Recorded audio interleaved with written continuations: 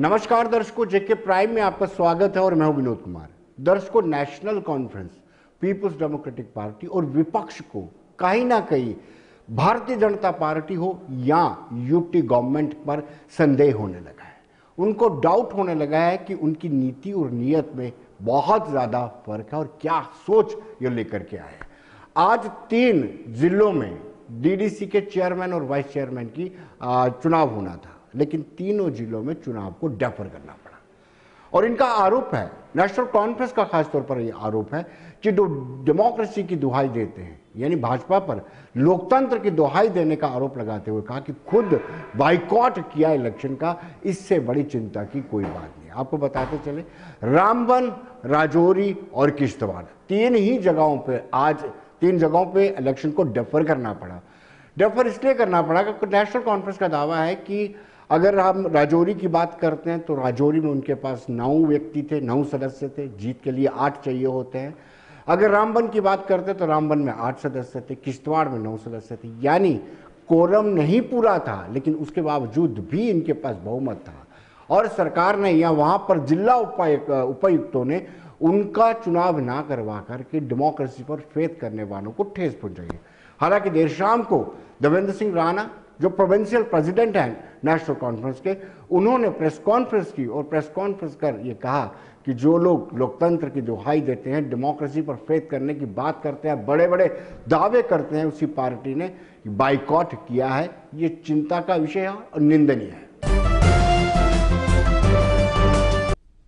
हमारे पास J&K high court के division bench की एक सिंगल जज की जजमेंट है, पुरुषोत्तम सिंह वर्सेस PSC 2004 की। डिवीजन बेंच ने सिंगल बेंच के ऑर्डर को अपहोल्ड किया है, लेकिन इसमें जजमेंट की जरूरत ही नहीं, जब आपके ही रूल्स में ये कह रहा जा रहा है कि जहां रिजर्वेशन है वहां। तो 9 आदमी जो है वो कोरम था, कोरम के बावजूद आपने इलेक्शन नहीं करवाई। आपने कहा 10 चाहिए,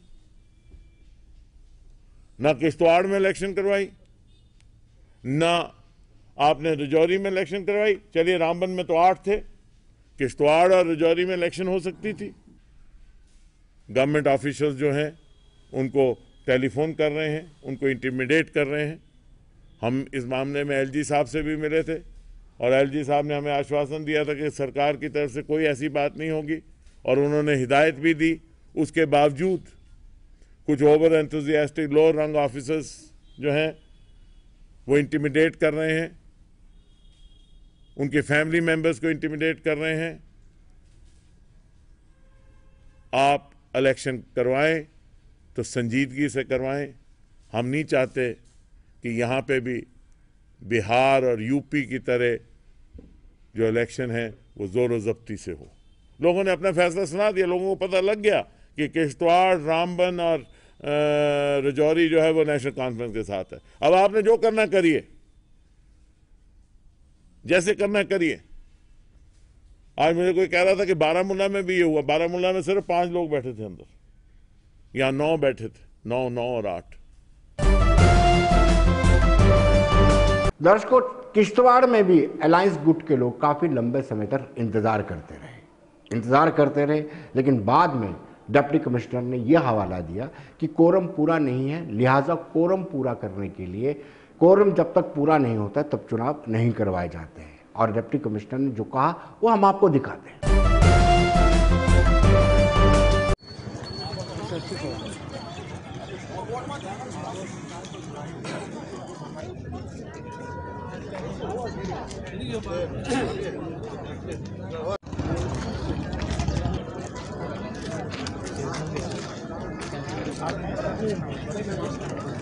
जैसा कि आप सब जानते हैं कि आज की डेट जो फिक्स थी, इलेक्शन था चेयरपर्सन और vice chairperson of district development council Kishtwar, जिसके लिए मीटिंग का टाइम जो है वो 11:30 बजे फिक्स किया गया था।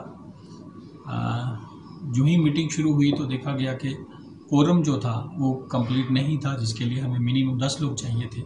9 ही लोग प्रेजेंट थे और मैंडेटरी पीरियड जो वेट करने का था 2 घंटे था। 11:30 से लेकर 1:30 बजे तक हमने वेट किया, लेकिन 9 लोगों से ऊपर, 9 मेंबर्स के ऊपर कोई नहीं आया, तो इसलिए हमें ये एडजर्न करना पड़ा। अब अगली डेट जो है वो दी जाएगी इलेक्शन की। देखिए, नोटिस जो है वो फ्रेश नोटिस निकाला जाएगा जिसमें मिनिमम 5 वर्किंग डेज जो हैं वो दिए जाते हैं। वो आज ही कोशिश करेंगे इलेक्शन अथॉरिटी से डिस्कस करके। अगर नेक्स्ट मीटिंग में भी यही रहता है कि कोरम पूरा नहीं होता 2/3 मेजॉरिटी का, उसमें प्रोविज़न ये है कि जो एब्सेंटी मेंबर्स हैं उनके खिलाफ फिर एक्शन इनिशिएट किया जाएगा, इलेक्शन डेफर होगा, बट उसके बाद जो मीटिंग होगी उसमें सिंपल मेजॉरिटी। दर्शकों, राजौरी में भी कुछ ऐसा ही नज़ारा देखने को मिला।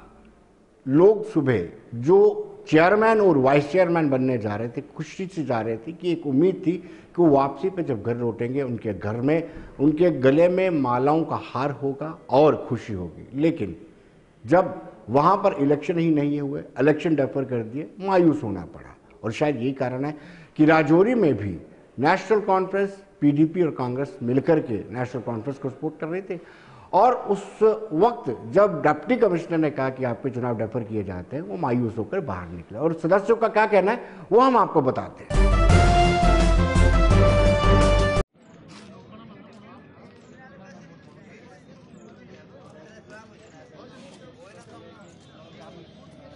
रीज़न क्या होना है, हम नेशनल कॉन्फ्रेंस के 5, कांग्रेस के 3 और पीडीपी के 9 बंदे अब सुबह से अंदर बैठे हुए हैं। और जो हमारे 5 मेंबर वो जहाँ पे नहीं आए, हमने डीसी साहब को जोर लगाया कि 66% हम हैं ही हैं, इलेक्शन करवाई जाए, वोटिंग करवाई जाए। पर वो बैठे, बस खाना खिलाया हमें कि खाना खाओ, और आधा घंटा बाहर, आधा घंटा अंदर, 3-4 बार हमें बैठाया। और लास्ट में बोला कि नहीं जी, मैं उनके खिलाफ समन निकालूंगा, उनको पकड़ के लाऊंगा, फिर वोटिंग होगी। ये कोई नया कानून और नया तरीका मैंने अभी देखा है यहाँ पे। मुझे समझ नहीं आई कि 9 आदमी जिनके पीछे 2.5 लाख वोटर हैं, हमें बुला के ऐसे ही इलेक्शन हो रहे हैं। और ये हो रहा है, ना हमें पिछली डेट दी, ना हमें आगे की कोई डेट दी। तो मैं आज ये पूरी एडमिनिस्ट्रेशन को ये जोरों शोरों से कहना चाहता हूँ कि हमारा वाइस चेयरमैन नसीम लियाकत होगा आने वाले इलेक्शन में द्वारा। और हमारे साथ पीडीपी के डॉक्टर मनोहर सिंह एक मेंबर हैं। जो हम 8-9 मेंबर इस वक्त डीसी साहब के पास सुबह 11 बजे पहुंच गए थे। डीसी साहब ने हम सब की अटेंडेंस रिकॉर्ड की और उसके बाद वेट किया दूसरे मेंबरान का, वो नहीं आए। चूँकि जम्मू कश्मीर पंचायत राज रूल्स के तहत ये कोरम जो है वो 14 में से अगर 9 मेंबरान मौजूद हों तो कोरम पूरा हो जाता है। हम 9 मेंबरान मौजूद थे। हमने डीसी साहब को रिटन ये एक दरख्वास्त भी वहाँ दी और उसके रिटन दरख्वास्त के साथ जो रूल्स हैं वो भी फराहम किए कि हम 9 मेंबर पूरे हैं, कोरम पूरा है, आप इस इलेक्शन को मरहले को कंप्लीट करवाएं और इलेक्शन जल्द अज जल्द मुकम्मल करवाएं। मगर डीसी साहब चूँकि आप जानते हैं कि इनको आला कमान से कोई आर्डर आते हैं, इन डीसी साहब ने ये हमारी बात नहीं मानी और इस इलेक्शन को गैर कानूनी तरीके से एडजर्न कर दिया है। हमारी एप्लीकेशन और एप्लीकेशन में जो वजूहात दी गई थी, जो रीज़न दिया गए थे, जो रूल्स साथ में साइड किए गए थे, किसी का कोई कॉग्निजेंस नहीं लिया गया। 1-2 लाइनों का आर्डर लिख के इसको एडजर्न कर दिया गया है कि कोरम पूरा नहीं है, हालांकि कोरम पूरा था। आप जानते हैं पिछले जब से ये इलेक्शन अख्ताम पजीर हुए हैं, पिछले 2 महीने से यहाँ पे बीजेपी और उसकी अलाइड पार्टनर्स हॉर्स ट्रेडिंग कर रहे हैं। दर्शकों, जो इंटर स्टेट प्राइवेट बसेस चलती है उनको भी इससे दिक्कत है कि लखनपुर में उनकी सवारियों को उतार दिया जाता है, फिर एसआरटीसी में चढ़ाया जाता है। आइए देखते हैं।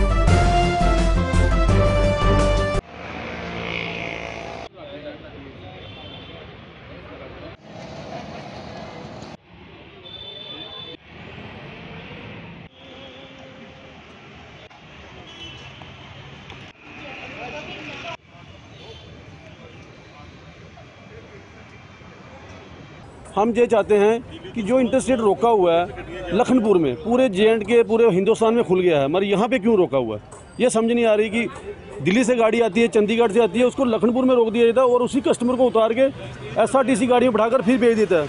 और उसमें पूरी पैसेंजर पूरा 50-50 सवारी भर के लाते हैं एसआरटीसी वाले, उनमें कोई कोविड नहीं है। और जो हमारी सवारी वहाँ से आ रही है, हमारी गाड़ी में आ रही है, हमारी फुल सैनिटाइज होती है गाड़ी, साफ़ सफाई होती है पूरी, उनको रोक दिया जाता है। ये समझ नहीं आ रही गवर्नमेंट क्या कर रही है।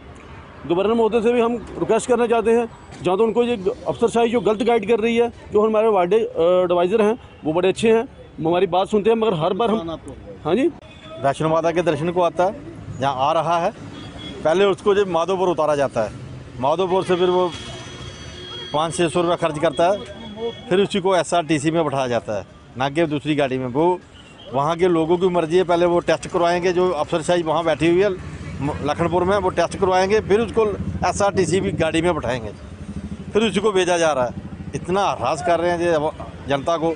अगर कोई आदमी श्रीनगर से बाहर जाता है या जम्मू से जाता है, कोई अस्थियाँ लखनपुर में ही रोका जाता है, 3-4 घंटे रोका जाता है। वहाँ से गाड़ियाँ भी नहीं, जम्मू की कोई गाड़ी नहीं छोड़ रहे हैं, वो माधोपुर रुक रही है।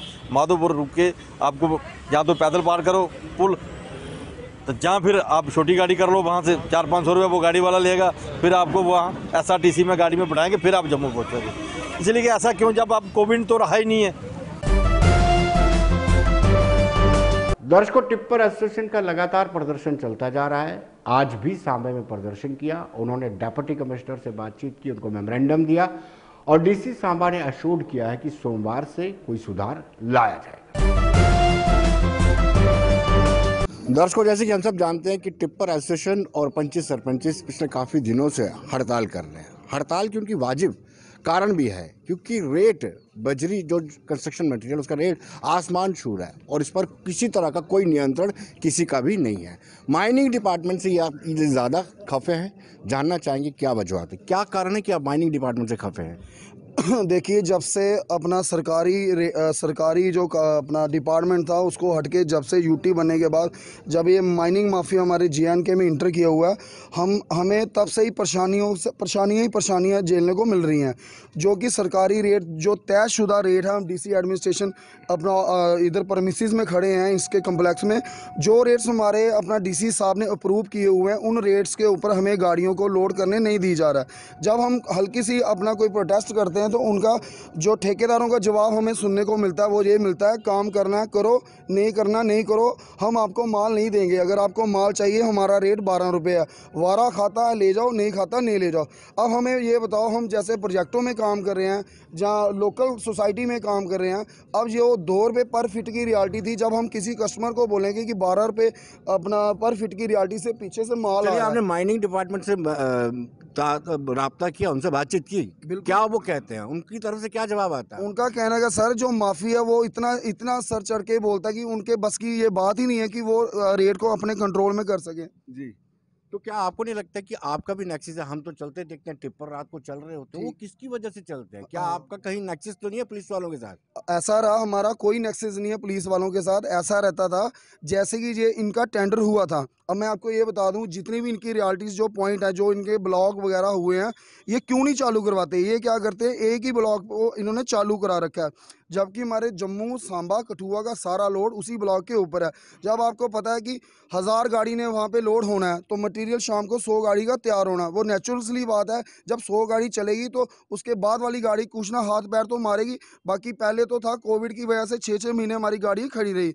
अपना सरकार की तरफ से हमें कोई भी 1 रुपया भी हमें अपना कोई रिलैक्सेशन नहीं दी गई, बेनिफिट नहीं दिया गया। बाकी हमारा भी परिवार है, ड्राइवर है, उनके बच्चे हैं, क्लीनर है, हमने इंस्टॉलमेंट वगैरह देनी है। अगर तो मैं आपसे एक जवाब चाहूँगा सरकार, अगर तो गवर्नमेंट ने हमें कोई घर बैठे कुछ रिलैक्सेशन बेनिफिट दिए हों तो हम मान लेते हैं कि हमें काम नहीं करना चाहिए। बाकी रही बात चोरी की, चोरी होती है डिपार्टमेंट के नाक के तले, ये आप भी अच्छे से जानते हो। बाकी रही बात, अब काम अगर शुरू हुआ है तो आप उसको अच्छे से चलाओ। अब क्यों इतना शोर मचा रहे हो, क्यों हमें मजबूर कर रहे हो रोड के ऊपर आए, क्यों हमें डिपार्टमेंट मजबूर कर रहा है कि 5-5, 6-6 दिन हम रात जो अपनी एक टेंट के नीचे गुजार रहे हैं, हमारी गाड़ी सारी की सारी रोड पे खड़ी है। जी, आपसे जानना चाहेंगे, क्या आपको लगता है कि किसका कोई वे आउट निकल सकता है? क्योंकि आप भी देखेंगे, मैंने भी देखा, आम पब्लिक भी देखती है कि रात को टिप्पर चलते हैं, वो कैसे चलते हैं वो हमारी समझ से बाहर है। मैं विनोद जी एक ही बात बोलूंगा, कौन सुनेगा, किसको सुनाए? ये करप्शन हमारे जम्मू कश्मीर में एक ऐसा रूप ले चुकी है जिसमें अगर आप आम इंसान से लेकर सारे हमारे सरकारी तंत्र तक बोलें तो सारे इस करप्शन में इन्वॉल्व हैं। अगर माइनिंग 2 रुपए सैकड़ा के हिसाब से मिल रही है, 200 रुपया, उसको अगर कोई 3000 रुपया सैकड़ा ले रहा है, वो भी एक करप्शन है। लेकिन लोग जाएं तो जाएं कहां? 50 लाख रुपए का इनका टिप्पर है, कम से कम 1.5 लाख रुपया इंस्टॉलमेंट है, देनी है, नहीं देंगे टिप्पर उठाकर ले जाएंगे, कारोबार बंद हो जाएगा, बेरोजगारी बढ़ जाएगी। एलजी साहब, DC Samba, SSP Samba, DMO Samba, इनसे एक प्रश्न, माइनिंग लीगल है या इलीगल है? अगर लीगल है तो लाख लाख रुपया टिप्पर वालों को माइनिंग का क्यों चालान किया जा रहा है? और अगर इलीगल है तो करोड़ों अरबों रुपए के गवर्नमेंट, प्राइवेट और कंस्ट्रक्शन जो घरों में हो रही है वो किस तरह से चल रही है? 1.5 साल से माइनिंग बंद है, 1.5 साल से माइनिंग बंद है, लेकिन काम बंद नहीं है जी। सारी गवर्नमेंट के नाकों तले काम हो रहा है। जिम्मेवार कौन होगा? रिस्पॉन्सिबिलिटी कौन लेगा? आप हमें ये बताइए, जो हेल्म ऑफ द अफेयर पर लोग हैं उनसे आपने बातचीत की है? जैसे आपने एलजी की बात नाम लिया, डिप्टी कमिश्नर का नाम लिया, डिस्ट्रिक्ट माइनिंग ऑफिसर्स का नाम लिया, और दीगर लोग भी हैं, क्या उनसे आपकी बातचीत हुई और उनका क्या जवाब रहता है? मेरे पास हमारे सेंटर मिनिस्टर जो हमारी पंचायतों में अश्विन चौबे जी सांबा में आए थे, उनका मेमोरेंडम है। एडवाइजर टू लेफ्टिनेंट गवर्नर, उनका मेमोरेंडम है। डीसी साहब, हमारे डिपकॉम साहब, सभी का मेमोरेंडम है। हम तो इन्हीं से अप्रोच करेंगे। आम जनता परेशान है। आपने इनको मेमोरेंडम दिया, उनका क्या जवाब रहता है? लोग, पब्लिक ये सुनना चाहती है कि उनका क्या ये वाकया में इलीगल है माइनिंग या फिर लीगल है? लीगल है तो फिर क्यों पकड़ा जाता है? और कितने टिप्पर्स को फाइन किया गया अभी तक? अगर कुछ देर आप यहाँ पे खड़ेंगे, हम मेमोरेंडम देंगे, आप हमारे जो जिला अधिकारी हैं उन्हीं से पूछ लीजिए कि माइनिंग लीगल है या इलीगल है। जवाब कोई नहीं आता, हम इस पे कार्रवाई करेंगे। पर ये कार्रवाई कब होगी? गवर्नमेंट स्पॉन्सर्ड स्कीम्स है, 31 मार्च को पैसे लैप्स हो जाएंगे। अगर पंचायत में है, अगर स्टेट की है या सेंट्रल गवर्नमेंट की है, उनका काम कैसे चलेगा? हम काम कहां से चलाएंगे? अगर कुछ जो माफिया यहाँ पे आए हुए हैं, लोगों को मारने के लिए पड़ते हैं, बहुत सी वारदातें ऐसी हो चुकी हैं। सिर्फ उस दिन का इंतजार किया जा रहा है जब कोई बड़ा हादसा या 2-4 आदमियों को मार डालेंगे, उनके बाद इनके ऊपर कार्रवाई की जाएगी। 1 नंबर की 2-2 गाड़ियां उनकी चल रही हैं। पूरा दिन वो हमारे इस बसंतर एरिया में, सांबा के, जम्मू कश्मीर के एरिया में रातों रात घूम रहे हैं। रात को जेसीबीज लगी हैं, टिप्पर्स लगे हैं। अगर माइनिंग बंद है तो ये कैसे चल रहा है? दर्शकों, इस बाबत हमने डिप्टी कमिश्नर सांबा रोहित खजूरिया से भी बातचीत की। आइए देखते हैं उनका क्या कहना है। दर्शकों, आज के हमारे खास मेहमान है रोहित खजूरिया, जो डिप्टी कमिश्नर सांबा है, और उनसे बातचीत करेंगे विस्तार से। रोहित जी, आपका स्वागत है। नमस्कार। अव्वल सबसे पहले मैं आपसे ये जानना चाहूँगा, आज काफ़ी सारे टिप्पर एसोसिएशन के लोग आए हुए थे और ये माइनिंग का मामला उलझता जा रहा है। एक लेबर स्टैंड स्टिल हो गया, हम देखते हैं गोल मार्केट बहुत ज़्यादा लेबर खड़ी रहती है, काम नहीं हो पा रहा। दूसरा, एक आम आदमी को बड़े महंगे दामों में ये बिल्डिंग मटेरियल मिल रहा है। तो आपसे जो बातचीत हुई, क्या लब्बो लबाब है? देखिए, ऐसा है, पहले ये जो माइनिंग थी ये ऑफलाइन होती थी, ऐसे ठेके होते थे, और उसके बाद जो बड़ा ठेकेदार है वो छोटे ठेकेदारों को या टिप्पर वालों को माल बेचता था। इस बार जो है ऑनलाइन ठेकेदारी, ऑनलाइन जो है ऑक्शन हुआ था सारे माइंस का, जितने ब्लॉक्स थे माइनर मिनरल के, तो उसका ठेका देने के बाद अब वो जो लोग हैं पहली बार जो काम कर रहे हैं या नया नया सिस्टम बदला है, तो उसमें थोड़ी सी दिक्कतें आ रही हैं।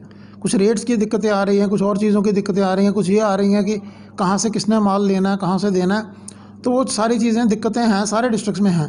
तो ये आए थे मेरे पास प्रोटेस्ट करने वाले लोग, ये टिप्पर वाले लोग हैं। तो मैंने इनको एश्योर किया कि मंडे से हम कोशिश करेंगे कि जो जिनको ठेका मिला हुआ ब्लॉक्स का, वो इनको वाजिब रेट पर सामान देंगे और सप्लाई जो है सुचारू रूप से चलेगी। रोहित जी, आपको नहीं लगता है कि रेट फिक्स होने चाहिए?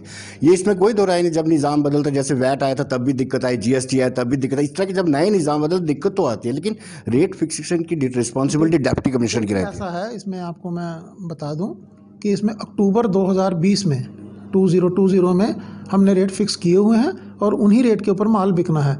कुछ लोग बीच में चलाकियाँ करते हैं, ज़्यादा रेट पर माल बेचते हैं, उसमें हम पकड़ धकड़ करेंगे और सख्ती से पेश आएंगे। रोहित जी, आप एरिया जो है आईबी पर है और बंकर बड़ा इशू बनता जा रहा है लगातार, कम्युनिटी बंकर हो, इंडिविजुअल बंकर हो। आपकी डिस्ट्रिक्ट में जो टारगेट है बंकर्स बनाने का, क्या अचीव हो गया है? देखिए, ऐसा है, हमारा टारगेट 2135 बंकर बनाने का है, जिसमें से हमने करीब 1600 बंकर बना लिए हैं और 150 के ऊपर काम चल रहा है। पिछले साल जब कोविड आया, उसमें कोविड ने हर चीज़ को प्रभावित किया, तो उस प्रभाव के कारण ये काम स्लो हो गया था या कहीं कहीं रुक भी गया था। तो अब ये काम दोबारा से शुरू हो चुका है, गवर्नमेंट ने फंड्स इसमें रिलीज़ कर दिए हैं और हम उम्मीद करते हैं कि जल्दी ही जो बाकी के भी बंकर हैं वो बनकर तैयार हो जाएंगे। रोहित जी, क्वालिटी कैसे मेंटेन करते हैं, चेक कैसे करते हैं? देखिए ऐसा है कि क्वालिटी का इशू जो है वो डिपार्टमेंटल रेगुलर सिस्टम रहता है। 2 एजेंसियां जो काम कर रही हैं, एक PWD कर रही है, एक रूरल डेवलपमेंट वाले कर रहे हैं। तो जो उनका अपना डिपार्टमेंटल सिस्टम रहता है उसी में वो होता है चेकिंग सारा। तो उसमें कमियां तो रहती होंगी कई किस्म की, तो जब कमी रहती है, शिकायत आती है, तो उसके ऊपर फिर जाके थोड़ा सा उसको ठीक कर दिया जाता है जहाँ पे जो चीज़ पॉइंट आउट की जाती है। लेकिन कुछ जगहों पे ये भी शिकायत है कि बंकर के बीच में पानी चला जाता है। देखिए वो अलग बात है, वो बिल्कुल अलग चीज़ है। बंकर के ऊपर पानी इसलिए जाता है कि ये जो हमारा जिस साइड पे बंकर बन रहे हैं बॉर्डर साइड, जम्मू से जब आप पठानकोट की तरफ जाओ, राइट हैंड पे जो इलाका पड़ता है वो सारा पानी वाला एरिया है, और खब्बे पासे वाला जो एरिया है कंडी बेल्ट है। वहाँ जब भी ज़मीन खोदोगे पानी निकल आता है। पानी जाता है बिल्डिंग के अंदर, पहले भी जाता था। तो इस एरिया की ये प्रॉब्लम शुरू से है। रोहित जी, आपने बड़े डेयरिंग स्टेप उठाए हैं, काफ़ी सारी लैंड रिट्रीव कराई है, क्या अभी और भी बकाया है? देखिए ऐसा है कि ये एक रेगुलर प्रोसेस होता है जी। आपके नोटिस में कोई चीज़ें आ जाती हैं तो आप एक्शन करते हैं। बाकी ऐसा कोई नहीं है कि बड़ा इसी में मुहिम हमारी चलती रहेगी। जब कोई शिकायत आती है, हमारी नज़र में आ जाता है कहीं पे गड़बड़ है, तो हम एक्शन ले लेते हैं। लेकिन लोग आपकी तारीफ भी करते हैं, एक महिला को कितनी पुरानी ज़मीन आपने दिलवाई, और लोग अप्रिशिएट भी करते हैं। देखिए वो तो हमारा एक रेगुलर ड्यूटी है हमारी, जब नोटिस में कोई चीज़ आएगी तो एक्शन करना चाहिए, और करते हैं तो ठीक है, लोगों को इंसाफ मिले, इसी के लिए सरकार ने हमको यहाँ रखा हुआ है। एक बड़ी प्रेस्टिजियस स्कीम यहाँ पे लागू हुई है और बड़ी इम्पॉर्टेंट है यूटी जम्मू कश्मीर के लिए, सेहत स्कीम। और अपना रेगुलर रोजाना कितने लोग इसमें अपना पंजीकरण करवा रहे हैं और कितने कार्ड बन रहे हैं? देखिए ऐसा है कि सांबा की जो टोटल पॉपुलेशन है 3,15,000 के करीब है। तो कुछ लोग जो पहली स्कीम थी उसमें कवर है, तो बाकी के जो बचे हुए लोग हैं उसको हमने कवर करना है। तो अभी तक जो रजिस्ट्रेशन है, वेरिफिकेशन है, 1,23,000 की हो चुकी है। कल का फिगर मैं आपको दे रहा हूँ जी, पिछले कल का जी। और उसके अगेंस्ट 1,09,000 के करीब गोल्डन कार्ड इशू हो चुके हैं जी। करीब 300, 400, 250 इतने कार्ड डेली इशू होते हैं। तो मैं आपको डिटेल भी दे दूंगा, अगर आपने कोई आर्टिकल लिखना होगा तो इसमें पूरा डाटा इसमें मौजूद है, वो आप बता सकते हैं जी। मॉनिटरिंग का क्या प्रोसेस है कि सपोज किसी पंचायत में अच्छे तरीके से नहीं हो पा रहा है, या इसकी कंपेन अच्छे तरीके से, इसको जागरूकता नहीं चल पा रही, उसको कैसे मॉनिटर करें? देखिए सांबा के बारे में मैं एक चीज़ बोलूँगा। एक तो ये बिल्कुल प्लेन डिस्ट्रिक्ट है और छोटा डिस्ट्रिक्ट है, यहाँ इस किस्म की कोई दिक्कत नहीं है। और जो स्टेट के अंदर, यहाँ आप आजकल यूटी बोलते हैं, हम जम्मू कश्मीर के अंदर जो पहले 2-3 डिस्ट्रिक्ट हैं उसमें सांबा आता है। तो हमारी अचीवमेंट अच्छी है। आप खुद अंदाज़ा लगाइए कि 2.5 लाख के करीब हमने करने हैं, उसमें से 1,25,000 के करीब हम कर चुके हैं। कुछ लोगों ने बेनिफिट लिया, क्या किस तरह की ये भी शिकायत है कि उनका क्लेम नहीं मिल पा रहा? कोई ऐसी शिकायतें आपके पास आ रही हैं? देखिए हमारे जो हॉस्पिटल हैं सांबा के अंदर वो 6-7 ही हैं, तो बाकी तो ये अस्पताल बाहर हैं, स्टेट के या यूटी के या जम्मू डिस्ट्रिक्ट के बाहर हैं। तो वहाँ जैसे कोई शिकायत मेरे पास तो कोई नहीं आएगी, तो हम इसके ऊपर गौर करेंगे और कोशिश करेंगे लोगों को लाभ मिले।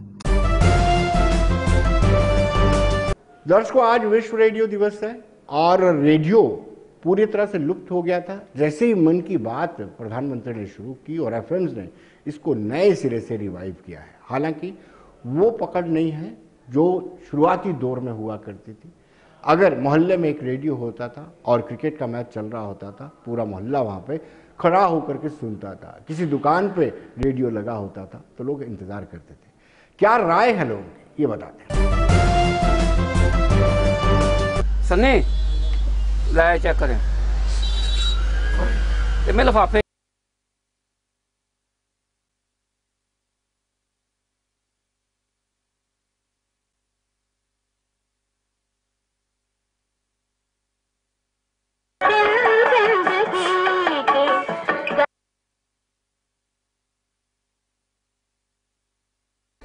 नहीं, पर दौर अच्छा है ना, और दौर हाँ, ये दौर एंटरटेनमेंट जो है हर इंसान को हर एज पे चाहिए।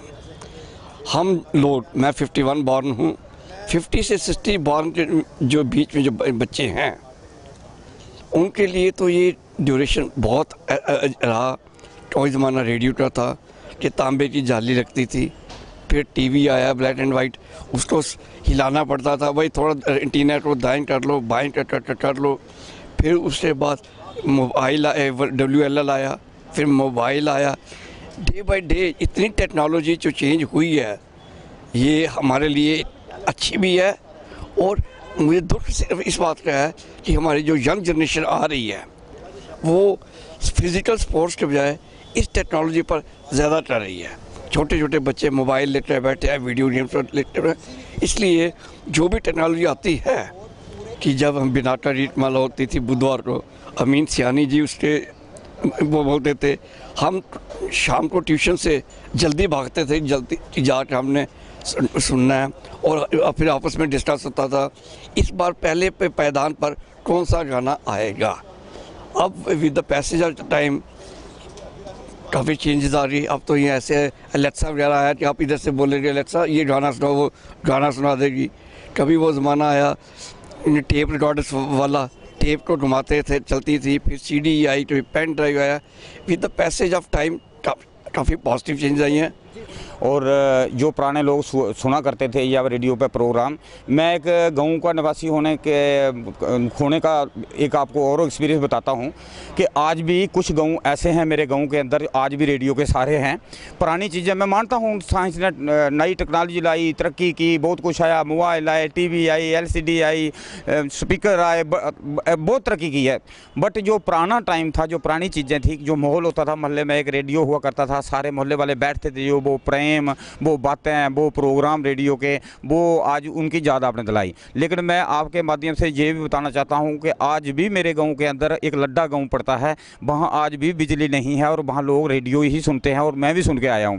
तो इसके बारे में क्या बताऊं, जैसे बूंदी साहब ने नई प्लानिंग चलाई है कि मन की बात, उससे भी बहुत सारे लोग जुड़े हुए हैं। आप मेरे इस बात से सहमत नहीं होंगे, आप खुद जाके वहाँ उस गाँव में देख सकते हो जहाँ आज तक बिजली नहीं है, तो आज भी लोग रेडियो पर बेशक प्रधानमंत्री जी की हमारी मन की बात ही सुनते होंगे, लेकिन रेडियो पे सुन रहे हैं। तो इसलिए जो पुरानी चीज़ें थी वो पुरानी थी, नया युग है, नई चीज़ें हैं। मैं मानता हूँ साइंस ने तरक्की की है, बट जो इनके फ़ायदे हैं इसके नुकसान भी हैं हमें, तो इसके लिए हमारी जनता जो है वो अवेयर नहीं है। आपने बहुत अच्छा किया कि मेरे को पूछा, मैं गाँव के तलक रखने वाला बंदा हूँ और वहाँ रेडियो को आज भी लोग पसंद करते हैं। पहले आते थे वो तो सिंपल थे, उसके बाद बड़े बड़े डिज़ाइन वाले भी आए। लोग जो गाँव के अंदर अगर एक नया कोई वो लाता था स्ट्रक्चर खरीद के नया देखने के लिए, कोई नया शो के लिए, तो मोहल्ले वाले इकट्ठे होते थे। तो दर्शकों बने रहिए देश दुनिया की खबरों के लिए और मुझे दीजिए इजाजत। नमस्कार।